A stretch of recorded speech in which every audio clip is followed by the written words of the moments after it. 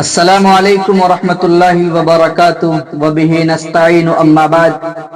قال اللہ تبارک وتعالی فی القرآن المجید لقد كان لكم في رسول اللہ اسوۃ حسنہ صدق اللہ العظیم۔ کی محمد سے وفا تو نے تو ہم تیرے ہیں، کی محمد سے وفا تو نے تو ہم تیرے ہیں، یہ جہاں چیز ہے کیا لوح و قلم تیرے ہیں۔ محمد کی محبت دین حق کی شرط اول ہے، محمد کی محبت دین حق کی شرط اول ہے، اسی میں ہو گر خامی تو سب کچھ نامکمل ہے۔ عزیزان ملت، ابھی 12 ربیع الاول میں جشن عید میلاد النبی منایا جاتا ہے۔ آپ کو بتاتا چلوں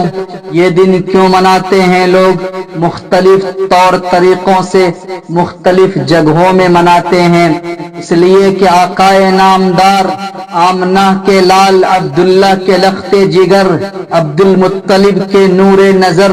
مدینہ کے در یتیم، بے سہاروں کے سہارا، سرور کائنات صلی اللہ علیہ وسلم پوری دنیا کے لیے رحمت بن کر کے 12 ربیع الاول میں تشریف لائے، اس لیے اس دن کی یادگار میں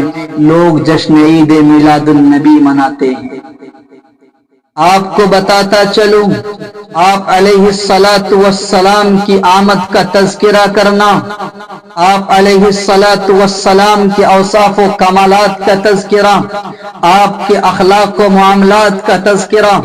آپ کی عبادتوں کا تذکرہ، آپ کی آمد کا تذکرہ، حتیٰ کہ اگر کوئی ادنا سی چیز بھی ہے جس کی نسبت آقائے نامدار صلی اللہ علیہ وسلم کی طرف ہے، اس کا تذکرہ بھی باعث مسرت، اس کا تذکرہ بھی باعث اجر و ثواب، اس کا تذکرہ بھی مستحسن ہے۔ میں آپ کو بتاتا چلوں آقائے نامدار کی آمد دنیا والوں کے لیے اللہ کی طرف سے ایک عظیم نعمت ہے۔ آپ کی آمد سے دنیا کے اندر انقلاب برپا ہوا، آپ علیہ الصلاۃ والسلام دنیا کے اندر رحمت للعالمین بن کر کے تشریف لائے۔ آپ باپ کے لیے رحمت، آپ ماؤں کے لیے رحمت، آپ بیٹیوں کے لیے رحمت، آپ بیٹوں کے لیے رحمت، جوانوں کے لیے رحمت، بوڑھوں کے لیے رحمت، بوڑھیوں کے لیے آپ رحمت بن کر تشریف لائے، کائنات کے لیے آپ رحمت بن کر، خواتین کے لیے، عورتوں کے لیے آپ رحمت بن کر تشریف لائے، کائنات کے اندر آپ رحمت للعالمین بن کر کے تشریف لائے ہیں۔ آپ کی آمد سے دنیا کے اندر روشنی آئی، آپ نور بن کے تشریف لائے، پوری دنیا کو آپ نے منور کیا، روشن کیا، انقلاب برپا کیا پوری دنیا کے اندر، اور آپ نے اپنی تعلیمات سے پوری دنیا کو جہالت سے نکال کر کے روشنی میں لا کھڑا کیا۔ آپ اجالے کے اندر دنیا والوں کو چھوڑ کر چلے گئے۔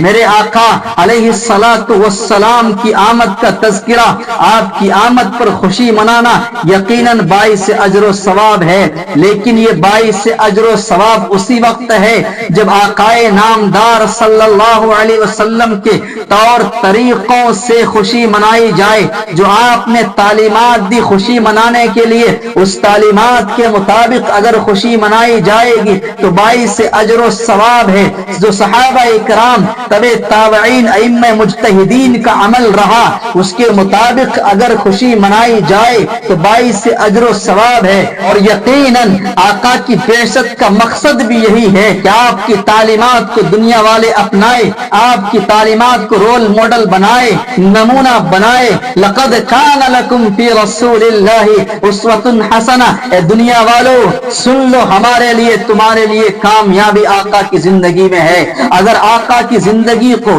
آقا کی زندگی کو، آقا کے اسوہ حسنہ کو ہم نے اپنا لیا، ہماری آخرت بھی بھلی، ہماری دنیا بھی بھلی، لیکن ہم آقا کے راستے سے ہٹ گئے، آقا کی زندگی کو نہیں اپنایا، یاد رکھیے ہمیں نقصان اٹھانا پڑے گا یہاں بھی اور وہاں بھی۔ یہ باعث اجر و ثواب خوشی منانا اسی وقت ہے آقا کی آمد پر جو طریقہ آپ نے بتایا۔ آقا کی آمد کا طریقہ کیا ہے؟ آقا کی آمد کا طریقہ یہ نہیں ہے جو آج مروجہ طور طریقوں سے جشن عید میلاد النبی منائی جاتی ہے۔ ایک طرف ڈی جے ہیں، ایک طرف جلوس ہے، ایک طرف نعرہ رسالت، نعرہ تکبیر کی آوازیں بلند ہو رہی ہے، دوسری طرف عیاشی ہو رہی ہے، دوسری طرف گانا میوزک چل رہا ہے، ایک طرف جلوس ہے، دوسری طرف عورتوں کے اوپر چاکلیٹ پھینک کر کے مارا جا رہا ہے، شرم و حیا کے بازار کو گرم کیا جا رہا ہے، شراب کے اڈے کو گرم کیا جا رہا ہے۔ یہ طریقہ میرے بھائی نہ حضور نے بتایا، نہ صحابہ اکرام کا اس پہ عمل، نہ تابعین کا اس پہ عمل، نہ تبع تابعین کا اس پہ عمل، نہ ائمہ مجتہدین کا اس پر عمل ہے۔ جو طریقہ حضور نے بتایا اس طریقے پہ اگر ہم جشن عید میلاد النبی مناتے ہیں تو باعث اجر و ثواب ہے۔ ہونا تو یہ چاہیے تھا کہ ہم اس دن میں آقا نامدار صلی اللہ علیہ وسلم پر درود پاک کا نذرانہ پیش کرتے، ہونا تو یہ چاہیے تھا کہ ہم اس دن میں قرآن کریم کی تلاوت کرتے، ہونا تو یہ چاہیے تھا کہ ہم نفلی عبادتیں کرتے، ہونا تو یہ چاہیے تھا کہ ہم اس دن کا روزہ رکھتے، آقا نامدار پیر کے دن کا روزہ رکھتے تھے، ہونا تو یہ چاہیے تھا کہ حبیب کائنات کے لیے ایصال ثواب کرتے، ہونا تو یہ چاہیے تھا کہ آقا کے جو احسانات ہیں امت پر، ہم پر، آپ پر، ان احسانات کو یاد کر کے آقا کی شان میں درود پاک کا نذرانہ پیش کرتے، آقا کے لیے ایصال ثواب کرتے۔ ہونا تو یہ چاہیے تھا کہ لوگ ذکر و اذکار کے اندر مشغول ہوتے، عبادتوں کے اندر مشغول ہوتے، اس طرح سے خوشی مناتے، لیکن لوگوں نے گناہوں کے ذریعے سے خوشی منانے کو اسلام سمجھ لیا، لوگوں نے بدعت کے ذریعے سے خوشی منانے کو اسلام سمجھ لیا۔ یاد رکھیے یہ جو مروجہ طریقے سے ہم اور آپ جشن عید میلاد النبی مناتے ہیں، اس کا ثبوت نہ صحابہ سے، اس کا ثبوت نہ تابعین سے، نہ تبع تابعین سے، نہ ائمہ مجتہدین سے، نہ حضور پاک صلی اللہ علیہ وسلم نے اس کی تعلیمات دی۔ مجھے بتاؤ یہ جو آج مروجہ طور طریقوں سے جشن عید میلاد النبی مناتے ہو، خوشی مناتے ہو، کیا یہ صحابہ کرام سے ثابت ہے، تابعین سے ثابت ہے، تبع تابعین سے ثابت ہے، ائمہ مجتہدین سے ثابت ہے؟ کیا حبیب کائنات نے اس کی تعلیم دی ہے؟ جبکہ صحابہ کرام ہم سے زیادہ محبت کرنے والے حضور سے، ہم سے زیادہ بڑے عاشق رسول، سچے پکے عاشق رسول، ہم سے زیادہ محبت کرنے والے حضور سے صحابہ کرام ایک ایک عمل کو جنہوں نے حضور کے محفوظ کیا ہو، شب و روز کی زندگی کو محفوظ کیا ہو، کیا ان کی تعلیمات میں یہ بات نہیں آئی تھی کہ جشن عید میلاد النبی منانا، میری ولادت پر خوشی منانا؟